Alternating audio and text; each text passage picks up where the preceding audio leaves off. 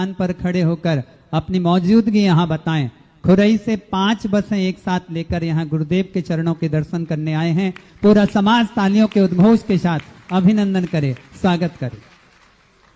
जिज्ञासा रखो। धर्म नगरी अशोक नगर में विद्यमान जगत पूज्य निर्व्यापक मुनि पुंगव श्री 108 सुधा सागर जी महाराज के चरणों में त्रिबार नमोस्तु नमोस्तु नमोस्तु। क्षुल्लक जी को एक क्षामी। पूज्य श्री, आज विपरीत परिस्थितियों के साथ भी मैंने ये प्रयास किया है कि खुरई नगर से खुरई समाज आपके दर्शन करने के लिए आए और खुरई समाज यहाँ जहाँ भी जो बैठे हों महाराज जी के लिए नमोस्तु करें। छोटा सा प्रयास था कि दर्शन नहीं हो पा रहे थे महाराज जी, और काफी व्यवधान आ रहे थे खुरई समाज के लिए आपके दर्शन प्रत्यक्ष करने के लिए।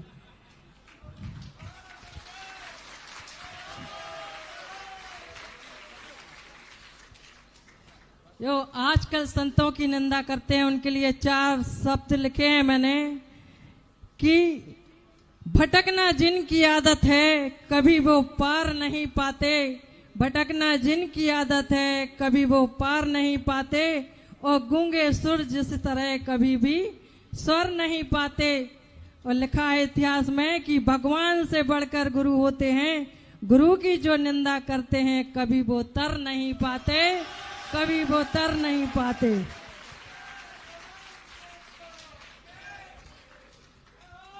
गुरुवर, मेरी एक ज्वलंत समस्या जो आज हमारे सामने है उस पर मेरी जिज्ञासा है।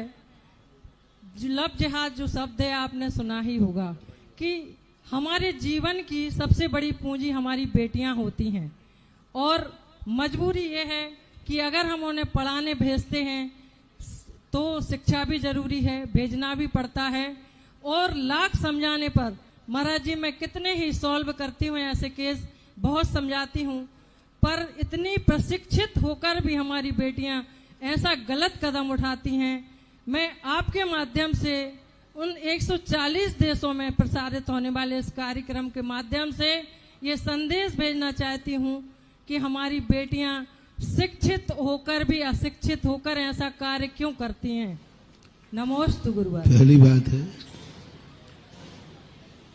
लोग हम शांति से जब बैठे रहते हैं तो लोगों को पैर छूने में मजा नहीं आता, जब हम भीड़ में हो तब घुसता है।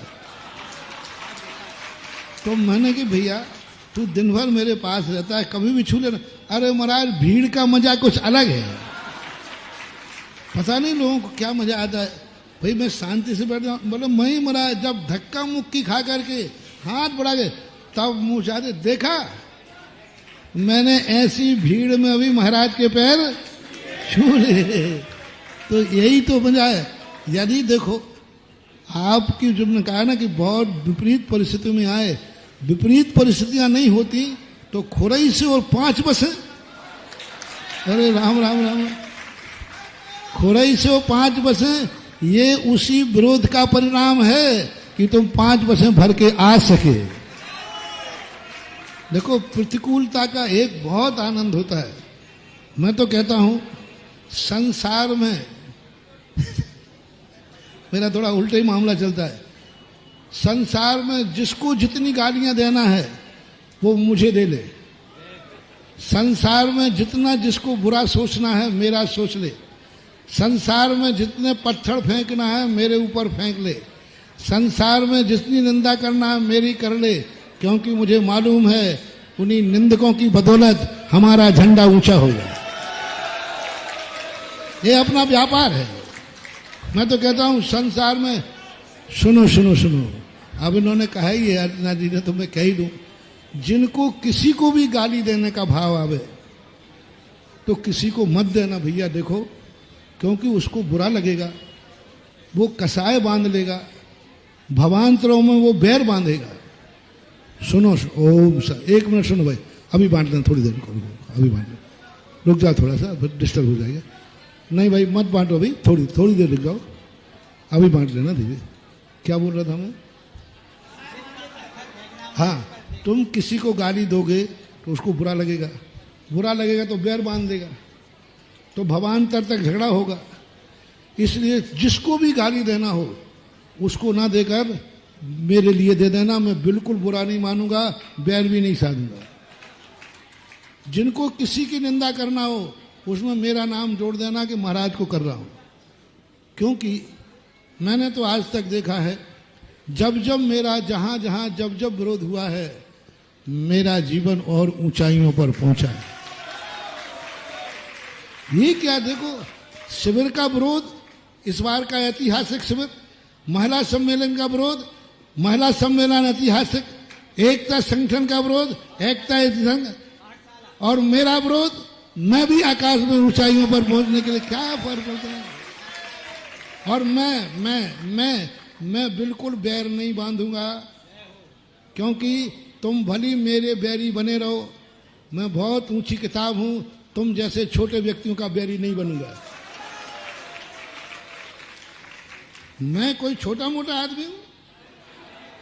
अरे बैर साधूंगा किसी बड़े से साधूंगा, तुम जैसे चुट्टो पुट्टो से क्या बैर साधू। लोग सुनो सुनो सुनो, जिनको मेरे से बैर साधना हो बैर साधें, मैं तुमसे बैर नहीं साधूंगा, क्योंकि मैं छोटों से कभी चुट्टो पुट्टो से बैर नहीं साधता। तुम मेरी बुराई करो, जम के करो, मैं चुट्टो पुट्टों की बुराई करने वाला नहीं हूं।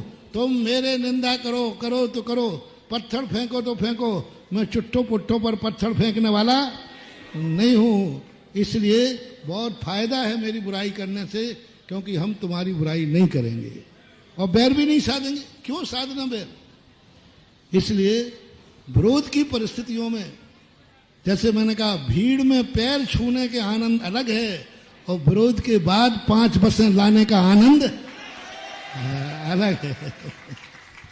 यही तो आनंद है, और क्या।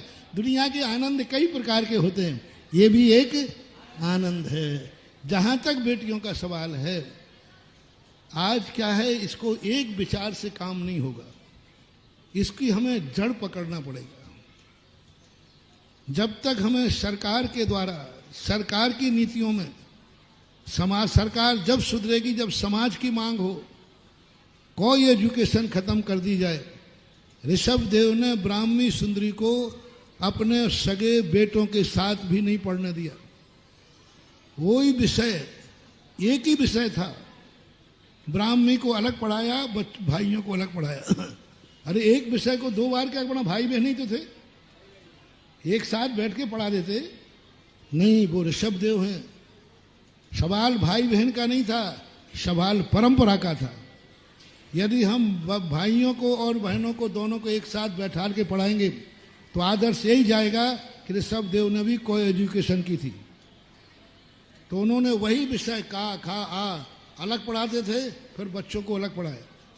तो उस नीति के लिए हमें समाज को एक अभियान चलाना पड़ेगा, पूरे भारतवर्ष के माता पिताओं को अभियान चलाना पड़ेगा, क्योंकि ऐसे कितने हैं जो बच्चियों से चिंतित नहीं है। स्वयं की बच्ची नहीं होगी तो रिश्तेदार की होगी, रिश्तेदार की नहीं होगी तो किसी ना किसी की तो है ही। तो सारे मिलकर के ये सरकार को बाध्य करें कि एजुकेशन जो भी होंगे वे बच्चे और बच्चियों के अलग अलग होंगे। यदि ये कर दिया, हॉस्टल अलग हो, स्कूल अलग हो, उनके पढ़ाने के सिस्टम अलग हो, तो मुझे दिखता है इस पर विजय प्राप्त कर लेंगे। अन्यथा कोई एजुकेशन से हम कितने भी चिंतित हों, ना बच्चे की गलती है ना बच्ची की गलती है, वो उम्र का तकाजा है कि वे जब एक टेबल पर एक क्लास में पढ़ेंगे तो नियम से एक दूसरे का आकर्षण होता ही है। उनको ही पता नहीं चलता कि हम कब स्लिप हो गए। वो खुद होते हैं कि महाराज जी मुझे पता ही नहीं चला कि हम लोग कब सीमाएं पार कर गए।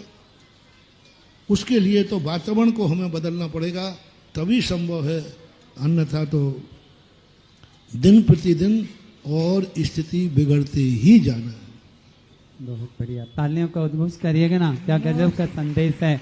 और सुनो, यहाँ से गुरुदेव ने जो कहा है कि पत्थर फेंको, हिमालय सा एक सहनशील व्यक्तित्व यहाँ बैठा है।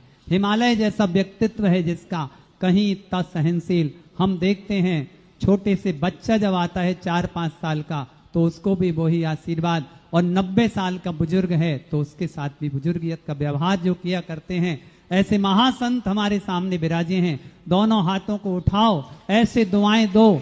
जब वहां से पत्थर आए, गुरुदेव ने कहा है पूरे भारत के लोगों, जितने पत्थर मेरे ऊपर फेंकना है फेंको, हम दुआएं दें। 123 देशों में जो लोग बैठे हैं ऐसे हाथ ऊपर करके कहें और दुआएं दें और गाएं, तुम्हें और क्या दूं मैं इसके सिवा। गाओ ना।